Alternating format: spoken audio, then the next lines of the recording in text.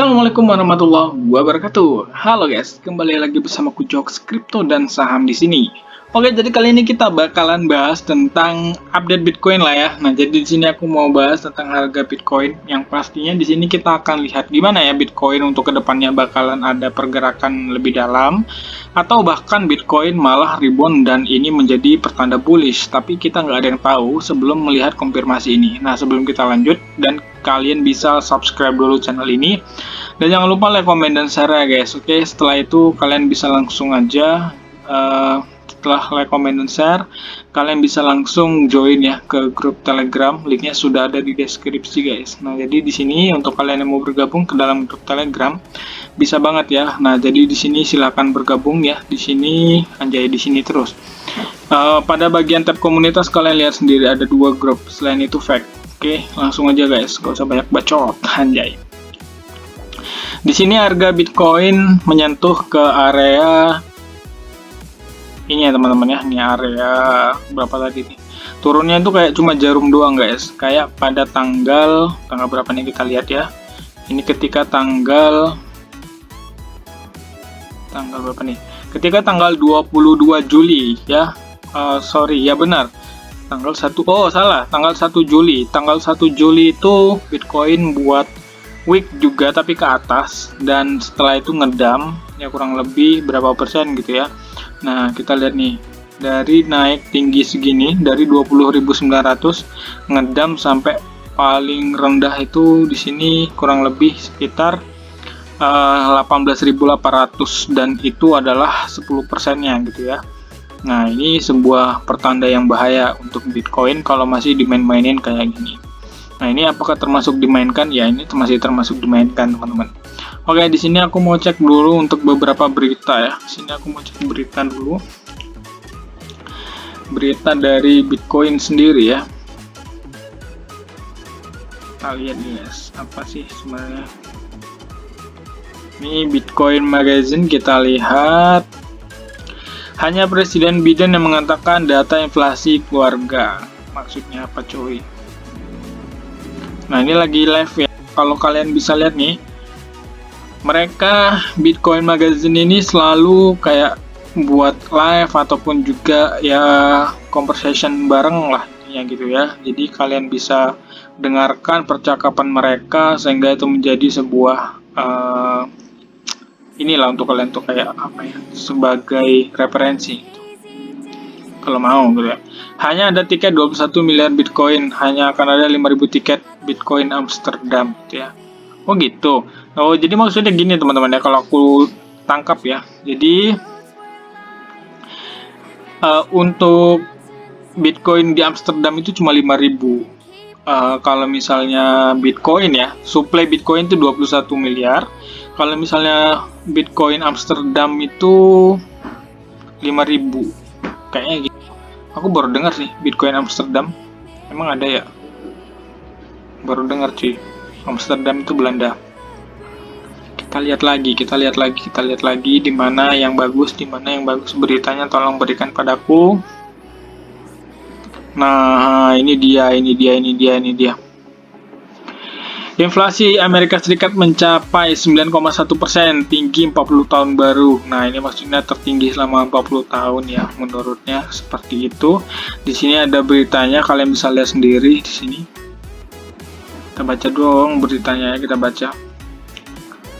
Data inflasi CPI mencapai level tertinggi 40 tahun sebesar 9,1% di bulan Juni dengan kenaikan harga terbesar terjadi di sektor energi, melihat bahan bakar dan minyak hampir naik 100%. Nah, ini yang dibilang sama teman-teman di grup ya. Nah, data inflasi CPI-nya ini naik sehingga harganya Bitcoin begitu fluktuatif ya. Jadi kayak turun naiknya itu jangan tanya, cepat banget. Di sini aku mau cek langsung ya dari beritanya.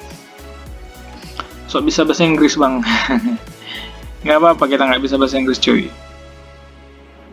Minimal ada Google Translate ya. Nih.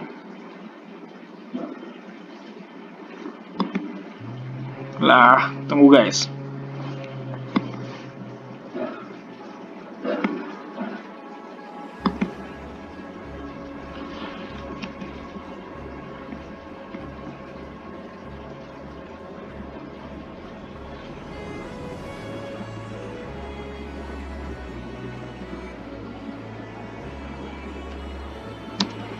Oke, kita buka Google Translate langsung, kita akan baca.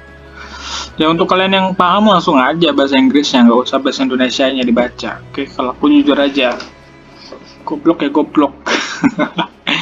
Oke, data inflasi CPI untuk bulan Juni naik ke level tertinggi selama 40 tahun terakhir gitu ya, ibaratnya 40 tahun terakhir di angka 9,1%. Kenaikan harga tertinggi ini terjadi di sektor energi dengan kenaikan harga BBM dan minyak di atas 98%, ya tadi dibilang 100% itu ya. Nah, Bitcoin berjuang untuk mempertahankan harga 19.000 pada waktu pers, turun 35% dari 29.500 bulan lalu. Biro Statistik Tenaga Kerja BLS merilis data inflasi indeks harga konsumen CPIS untuk bulan Juni menunjukkan harga tertinggi baru ini yang tadi ya.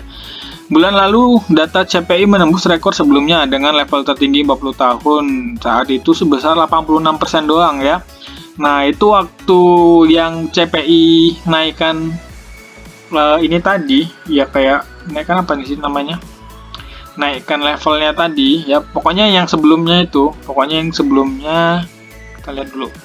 Nah, inflasinya yang sebelumnya itu kan cuma naik 8,6% ya teman-teman ya. Jadi waktu naik 8,6% itu Bitcoin dibanting cuma sampai 29.000 doang gitu ya. Nah, sekarang Bitcoin dibanting sampai ke harga 19.000. Sebenarnya belum bantingan karena ini baru disahkan beberapa jam yang lalu. Nah, jadi ini masih ada pertanda-tanda untuk bantingan lebih dalam. Ya, ini udah apalagi ini tertinggi ya teman-teman. Kalian bisa lihat sendiri tadi itu tertinggi ya. Jadi CPI itu menaikkan inflasinya sebesar 9,1.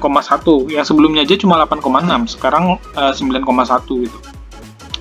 Kenaikan harga tahunan menjadi jauh lebih tumpul jika dilihat setiap musim sektor. Misalnya harga bahan bakar dan minyak telah meningkat lebih dari 98%, komoditas energi 60%, bensin 59%, dan layanan gas utilitas meningkat 38%, bahkan di ujung bawah spektrum listrik naik 13%, dan itu ada kelengkapan yang kalian bisa baca sendiri ya. Jadi intinya semuanya serba naik. Nah, lingkaran umpan balik inflasi ini terus menjadi teka-teki yang mengejutkan karena Federal Reserve telah menaikkan suku bunga selama beberapa pertemuan Komite Pasar Terbuka Federal. Ini yang disebut sama FOMC itu ya teman-teman ya. Nah, karena tarif ini terus meningkat gitu. Jadi intinya ini adanya kayak tekanan-tekanan harga semua naik. Kalau di Indonesia mungkin sembako naik, BBM naik gitu ya. Nah, kenaikan akan terus bergantung pada data yang masuk, tapi kenaikan 50 basis poin atau 75 basis poin tampaknya lebih mungkin pertemuan berikutnya. Namun, Powell menegaskan kembali bahwa kami tidak mencoba mengindikasi resesi. Nah, itu guys ya. Jadi intinya Bitcoin ini bakalan bisa dibilang ada sebuah dam susulan ya, tapi ya kalian harus tetap waspada guys. Yang namanya market gue kasih tahu, yang namanya market itu pasti ada aja kayak ya turun naiknya, dan itu udah diingatkan di video yang sebelumnya bahwasanya memang minggu ini bahkan sampai minggu depan ini minggu depan ataupun minggu ini bakalan kayak apa ya, kalau bisa dibilang itu fluktuatif atau volatilitasnya itu tinggi teman-teman. Volatilitas anjay, susah ngomong nih gara-gara banyak ngomong, susah ngomong ya. Kita cocok logi aja dulu ya gambarnya. Kalau misalnya cocok ya kita gas, kalau nggak cocok ya nggak usah. Kalau menurutku sih gini ya teman-teman ya, kita lihat nih besok pagi kalau misalnya Bitcoinnya ini ataupun BTC-nya close candle di bawah pokoknya kalau Bitcoin close candle-nya di bawah garis ini ya, di sini kalian bisa lihat nih ya, aku kasih panah. Kalau misalnya Bitcoin besok pagi close candle-nya di bawah sini ataupun juga Bitcoin close candle-nya di sini, nah maka kalian bisa lihat Bitcoin bakalan terjun ke area ya, mentok-mentok ke area ini dulu deh. Ini udah disentuh ya, ke 18.900 udah disentuh. Ini menjadi support yang lumayan kuat sih bagi Bitcoin, tapi kalau menurutku, kalau misalnya sudah betul-betul konfirmasi di area sini, Bitcoin bakalan melaju ke area 17.500. Nah, itu bakalan terjadi nggak Bang? Ya, kita lihat aja ke depannya. Kalau menurutku sih bakalan terjadi, karena secara nggak langsung candle yang kita lihat terakhir di sini, ini sudah close di bawah garis, walaupun sekarang harganya menyentuh ataupun menyundul-nyundul ke area atas. Nah, jadi kalau misalnya kalian membahas tentang hal seperti ini, dia sudah close candle di bawah, dan ini menjadi retestnya untuk time frame 1D. Dan kalau misalnya kalian turunkan seperti ini, dia sudah close juga di bawah. Tapi kalau misalnya kalian menggunakan teknik supply and demand, di sini mungkin kalian bisa lihat sendiri area demand-nya di sini ya. Di sini kita kotakin deh area demand-nya. Nah, kalau kalian nggak setuju dengan area demand yang saya buat, mungkin ini terlalu ekstrim untuk masuk ke market gitu ya. Nah, jadi kalau diturunkan ke bawah gini.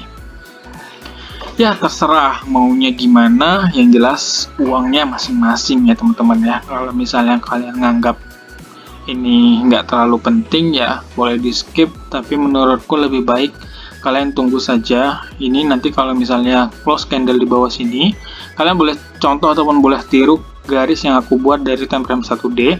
Kalau misalnya close di bawah situ, kalian bisa langsung gaskan aja untuk short. Oke, nah jadi di sini kita bakalan tunggu konfirmasi. Dan untuk time frame besarnya di sini kalian bisa lihat ya, resistennya sekarang ada di area sini guys. Nah, misalnya nih kita hapus semua ya. Aku mau hapus semua nih.